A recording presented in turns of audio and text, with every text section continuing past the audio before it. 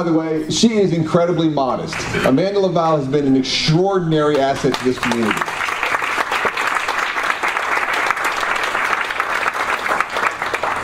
The real challenge is, as a county, we are one of the only counties in the state of New York that actually has a Department of the Environment coordinating environmental initiatives across the spectrum of county services. That is a pivotal change here in Ulster County.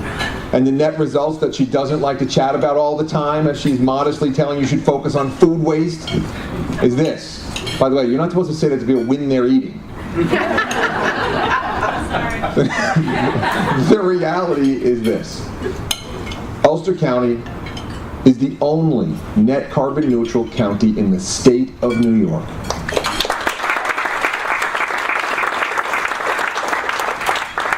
We're saving money right there. We don't want to be the only net carbon neutral county in the state of New York, by the way. We want this to be a model. We want to show what's possible. 100% of our energy comes from renewable resources, and now, with our project on the former town of Ulster landfill that was going to sit fallow for hundreds and hundreds of years, our utility-scale solar project is now producing 20% of all the energy Ulster County government uses. We're doing it ourselves. We're generating it. Thank you. That's because of Amanda Laval and our team of people who understand the importance of this issue. And I'll tell you one of the challenges we faced and how rethinking made it so we could do something really special. We were faced with the idea, the dream, the goal of greening our fleet. We wanted to make sure that Ulster County had more EV. We knew it was important, but everybody told us, can't be done, you don't understand, you have to wait till the systems get built up so you can charge them out and everything can work. Until you get to charging stations, it really doesn't matter. And in a county that's the size of Rhode Island, like Ulster County, how's that going to work? Well, we sat down and we asked a pretty basic question. How many properties do we have as a county, all around this county? The answer to that question, by the way, is 70. That should either please you or scare you. I'm not really sure which one. But we clearly have a number of them in many different communities. So that when we could design our own charging network, it became real to us. We built out our own charging network. It has worked like a charm. We are slowly but surely greening the entire fleet. If you're operating functionally in the city of Kingston, you have an electric vehicle. If you're traveling around in other places, you might have a hybrid. We're doing that with everything from police vehicles to vehicles that are used for social services and a million other places. Really exciting stuff. I drove here today as the county executive in an EV, because I get how important it is. I watch my colleagues travel around in Tahoes, and I think to myself, are you that tone deaf? Anyway, Legislator Amanda Jo Green came to us early on and asked if we would partner with her on this Green Business Challenge, and I couldn't tell her how incredibly important that was. Because this isn't one part of a government or another part of a government or even some layer of government. This is all of us collectively coming together. And so we owe her a huge debt of gratitude for bringing together this and staying focused on this and a lifetime of environmentalism.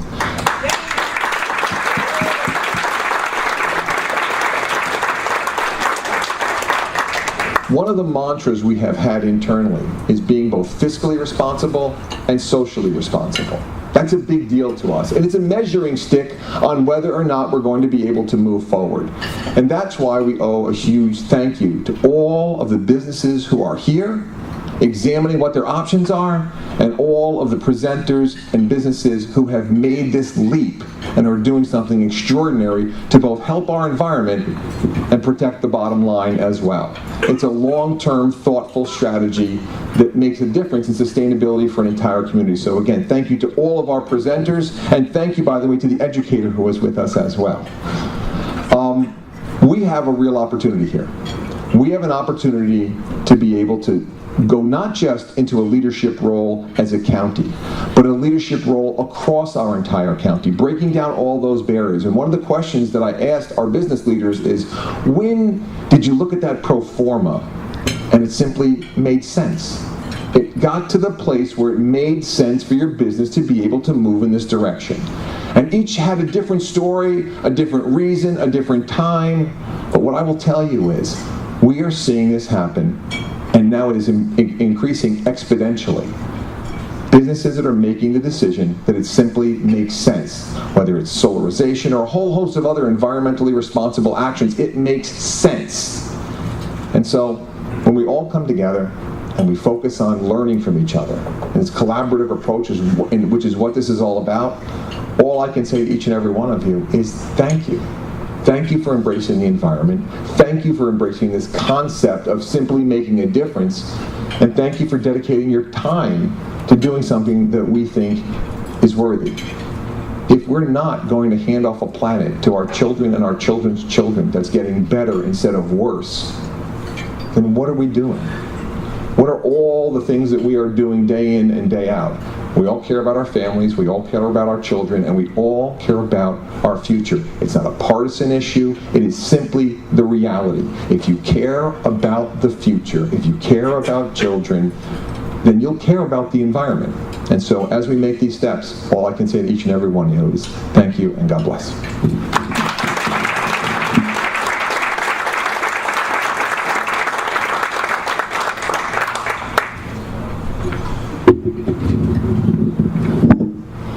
I think I'll, as Mike did, stand here because you won't be able to see me. I want to thank County Executive Mike Hine for really getting where we are in history right now and how important this work is, and stressing collaboration. I also want to acknowledge, I know Legislator Kathy Nolan is here, and I saw Legislator Jim Maloney. Any other legislators I didn't happen to see this morning, please put your hand up, and thank you for coming. And I also would like to ask members of our very varied and diverse steering committee to put your hands up and look around the room. And these are people that can support the businesses who are interested. And Nick, can I have my slides, please? My role is to help you understand what the Green Business Challenge is. Next. And so why a Green Business Challenge? Many of you will remember the horrors that we saw, well, even going back a ways to Sandy and Irene and the hurricanes that we've directly experienced. But last fall, we saw severe weather events in Texas, in Florida, in Puerto Rico, places that are still recovering, the Virgin Islands, and then on the West Coast we saw the extreme fires.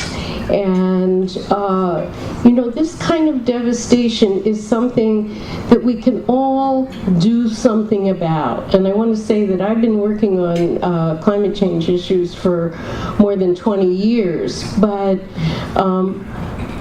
last summer at Omega, I heard Paul Hawkins speak, and he talked about climate solutions. And that's what we're about here with the Green Business Challenge, is finding what each of us as an individual, as a business, as a community, as a county, as a region, and as a nation and around the world can do to address the climate crisis in a way that will get the world back in balance. Next. So we broke it down in, first of all, we have a goal. We're looking to have 100 businesses take an action that will be a significant climate solution that will reduce greenhouse gases, or in some cases, maybe even sequester carbon, and we'll talk just a bit more about that. And in order to do that, we have a group of people, 45 people that took a training with our experts, and we have a network of experts, and hopefully we'll build on that over the course of the year. And if everyone reaches out and gets one or two business to go through a process and actually see a result that will both save you money and also help reduce the climate crisis and ultimately turn things around. So some examples are starting with an energy audit to figure out which is the most important action that you could take that would give you the best return on investment, and then exploring some others and which makes most sense for your facility. And then actually doing an energy retrofit, which could be insulation, it could be changing out a heating system, a lighting system, etc.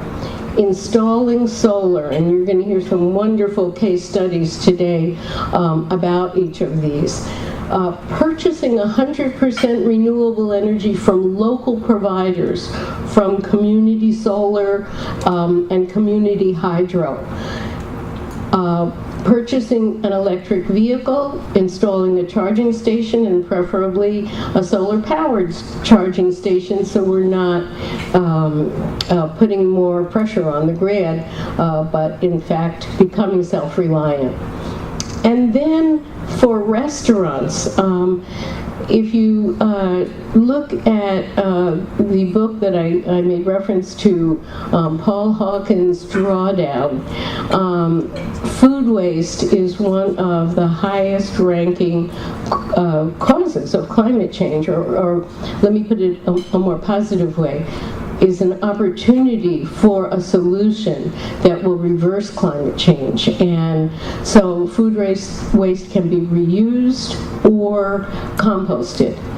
And then the committee, the committee came up with significantly reducing plastic waste. We've all seen that, and my day job is I work for Clearwater, and we teach people that little microplastic fibers and particles actually absorb toxic material and move through the food chain. So reducing plastic, and then going to Drawdown or some other resource, you may come up with a significant climate solution that you can implement. Next and last. And this is a sampling of the climate solutions, and we're familiar with electricity, transportation, buildings, and cities, and but the role of food and farming, I've mentioned food, but farming and forestry are ways of taking up carbon and other greenhouse gases and sequestering them in either wood or in the soil, and those are extremely important parts of the solution. And there are a couple others, but in the interest of time, I'll let you look at the table that has more information about Drawdown and climate change. And with that, I would like to introduce our first speaker. And welcome Nell's leader, who is truly a green business leader, from Bread Alone Bakery.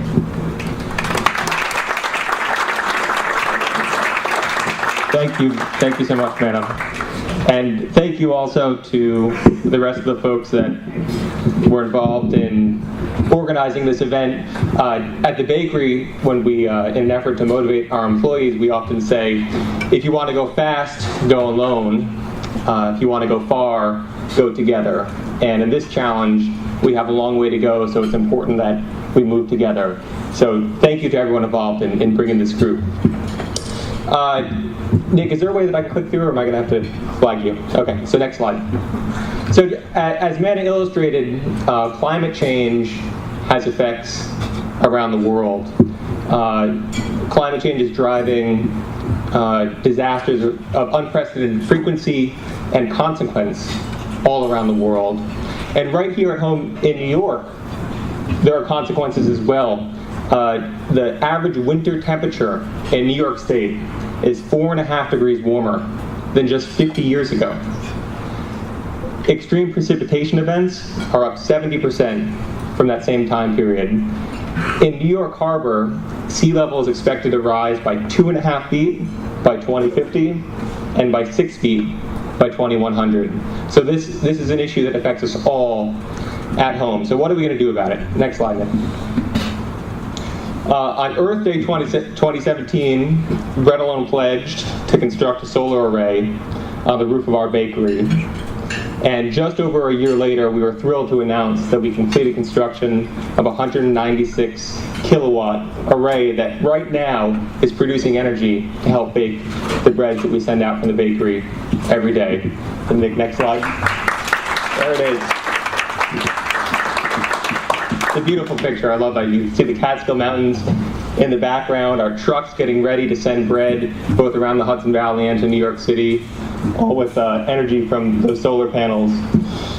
And Nick, can you go to the next slide? So not only does it look beautiful, but the thing works. It's been going for May and June now, and each month we're producing about 20 megawatts of power. So far, we've conserved about 41,000 kilograms of CO2 emissions from the atmosphere. That's the equivalent of planting over 2,300 trees. So that's a pretty picture, but the next picture is even prettier. So let's talk about the economics of doing this project. The gross project cost for putting those panels on the roof was about $375,000. But NYSERDA comes in with an incentive that knocks off about $65,000 right off the top. So the net project cost for what we did was about $310,000. Nick, another click.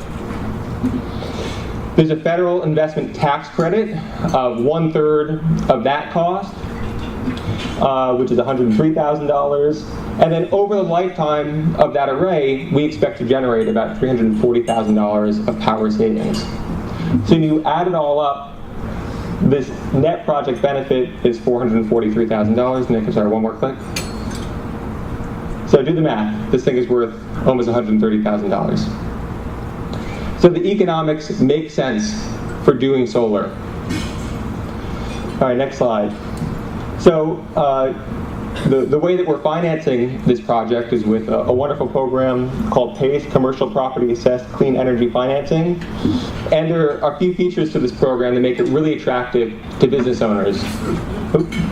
First, it's off balance sheet. So to all the bankers in the room, I know you're going to appreciate that your customers don't have more debt on their balance sheet for their project. And so you end up repaying that loan to the county through a tax assessment. The liability for the project is assigned to the property, not to you individually. And you can finance up to 100% of the project cost. The next slide. So these projects make sense and there's financing available, so why aren't they happening everywhere around Ulster County? This is a quote from Winston Churchill. Success consists of going from failure to failure without loss of enthusiasm. We have this on the wall at the bakery. How many business owners are in the room? Co-owners, partners? Okay, so raise your hand. If your customers are happy, your employees are happy, your AR and AP are in a good spot, and you have a perfect 5-year plan, I want you to keep your hand up. If anyone still their hand up, I was going to offer to work for you. So the bottom line is that running businesses is really hard, and it's hard to find time to do these projects, right? Next slide. And for us, that was certainly the case. Before we could even put the array on the roof, we had to redo the roof substrate. That was a 3-month project that interrupted operations in the bakery. The install took place throughout the winter. I'm looking at Tom Cassandes and Ron Leonard, who were up there on the roof, making it happen. Next slide. We had to shut down the power to our 24-hour facility for a night. I took that picture at 3 in the morning as I was watching the Central Hudson guys make the interconnection for our panels. Next slide. And there were a lot of folks that were involved in making this project happen, and it wasn't easy. Next slide, Nick. So why do it? I believe that adding sustainability to your business is a way to gain competitive advantage and to be successful in the long term. This is a great book that I recommend folks read for more information and a lot of detail on that. Next slide. The bottom line is that our customers are aware of climate change. Across the country, 70% of folks believe that climate change is happening, and it's even higher here in Ulster County. Next slide. So let's make it easy for all these folks that know and care about climate change to do the right thing by adding sustainability as core tenets of our businesses. Most folks, they don't know what to do to act against climate change. So let's give them easy choices with all the businesses, services that they choose to purchase and support. Next slide. Moreover, there's information out there that shows that sustainable companies perform better over time. This is one study that looked over 18 years at companies with sustainable tenets, and they outperformed both in the stock market and according to accounting principles. Next. So at the bakery, we're doing a lot more than just our solar array. We are composting all of our food waste. We've partnered with a few breweries to use old bread to brew beer. We've converted our fleet to Mercedes 4-cylinder diesels, the most efficient in their class. Our oven system is engineered to conserve heat energy. Nick, keep going. We've partnered with a few third parties. We signed on to 100% Committed, which commits us to getting 100% of our energy from renewable sources by 2030. And this year we also signed on to 1% for the Planet, which commits us to contributing 1% of our proceeds to climate causes. All right, final slide. And looking to the future, we have broader ambitions. On Earth Day 2018, we announced our intention to put a solar awning over our parking lot, and we're going to be working over the next year to complete that project and continue pushing into the future. Are we doing questions up here? One or two. So if there's one or two questions about our experience installing the solar array, be happy to answer them. Okay, great. Thank you guys so much.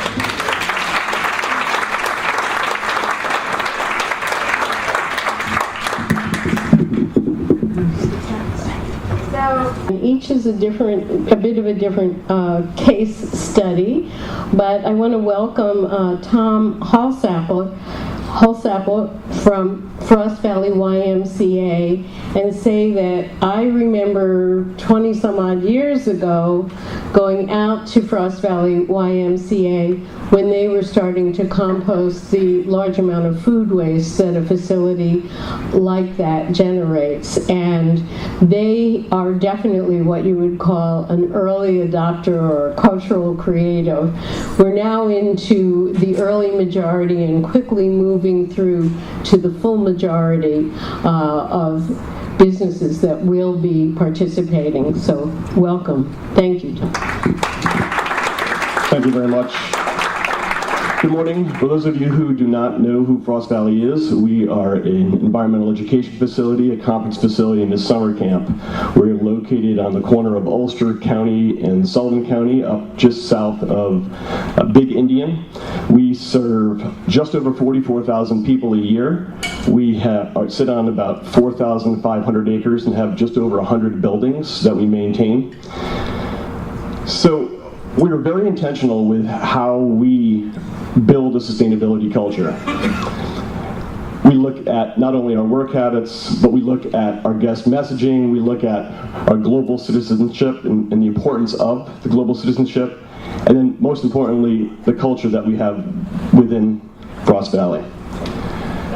When you break down our footprint, our carbon footprint, we see propane, we see electric, we see agricultural emissions, we see transportation. All of these areas are areas that we need to focus on. We look at the low-hanging fruit first, which is similar to the program that we just talked about, and that is the Central Hudson program. A few years ago, when Lime Energy was introduced, we, in 2011, went ahead and did the retrofit program. We did the T12s, took the T12s down to T8s, and we had $48,000 cost. Central Hudson gave us $34,000 Frost Valley only had to spend $14,000. Of that $14,000, we had a 0% loan. It was over 12 months. Our savings was $1,500 a month, estimated annual savings of $19,000. The payback was less than a year. So we've been tracking our energy from 2007 to 2011, and when you see each dot represents the Central Hudson bills that we received. Can you tell which month we did the retrofit? Then in 2014, we did the LED program. This is an outdoor LED program. Again, through Lime Energy, $64,000 cost. Central Hudson Gas and Electric incentive was $38,000. Frost Valley paid $25,000. 24 monthly payments over 2 years. Estimated savings $1,300. Estimated annual savings $16,000. Again, payback within a year and 6 months. Yesterday, Lime Energy arrived onto our property. This is the third time that we have now brought them onto our property. And they're going to be doing all of the LEDs indoors. This wasn't the outdoor program. Now we're doing all indoors. So we're moving from the compacts over to LED.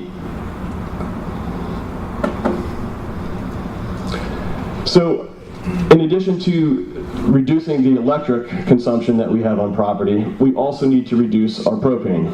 This is the biggest of all of the energies that we use that we need to continue to reduce. So, as of now, we have 4 solar thermal installations, which reduces the propane for hot water on our property. We're breaking ground July 9th on a 200 kilowatt ground solar array. This will offset 40% of Frost Valley's electric consumption. We're very excited about that.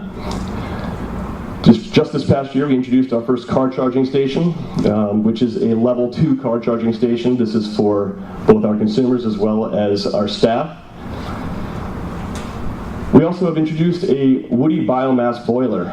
We've identified our dining hall as being the largest propane consumer, so we went ahead and introduced this woody biomass boiler through the help of NYSERDA and Johnson Controls. Anytime we have the opportunity, we have now at this point replaced all of our water fixtures with low flow fixtures. Any new construction will include low flow fixtures, as well as any type of energy conservation items that we can introduce. Everything from we use spray foam insulation. We use a number of different thermal pane windows. We have a procurement policy, which is really interesting. This is something that we've adopted. With our housekeeping department, we have gone ahead and we have rid all of our chemicals. The only exception is Clorox when we have biohazard. Otherwise, we're using hydrogen peroxide-based cleaners in all of our lodges. Also, with our paper products, we have 100% recycled paper for our toilet paper, for our paper towels, and then we also use 30% post-consumer recycled paper for our copy paper. Our floor machine. This is a machine that does not require any detergent. What it does is it ionizes the water. The ionization process will break down the dirt, which will enable the dirt to easily be pulled up from the machine itself. Again, chemical-free. We're producing a lot of our own food now. Each year we continue to expand the amount of food that we are producing. Again, therefore reducing the amount of food that has to come onto property, lowering the carbon footprint. As Manna had mentioned, we've been composting now since 1990. Being that we serve 42,000 people a year, we are just shy of serving 1 million meals a year. So we take all of our food remnants and all of our food scraps, go ahead and bring it down to our compost facility, and we bring it into our compost facility and then move it on over into what we call the compost windrows, where it will then become the end product here at the end. That compost is then used to put back into our agricultural operation, as well as we gift it out to some of our neighbors. We want to continue to go ahead and recycle. Obviously, we recycle all of our plastics, our paper, our cardboard. Cardboard is a commodity, so therefore we're bailing our cardboard, and we're actually getting money back for the cardboard that we send out. Again, we're very intentional with our messaging. We want to make sure that our guests know that we are recycling and that it is important that they go ahead and put them in respective recyclable receptacles. And what's on the horizon? Again, we mentioned that we're going to be putting in a new solar array, which we're breaking ground on in here in 2 weeks or so. We're continuing to build the sustainability culture, not only within with our staff, but also with our guests. Food production is going to expand. We're moving on to 2 to 3 more acres per year, and then also building energy efficiency retrofits. We're identifying the lodges that are older and that need help, and we're going ahead and replacing windows and continuing to replace and re-insulating some of those lodges. That's it. Thank you very much.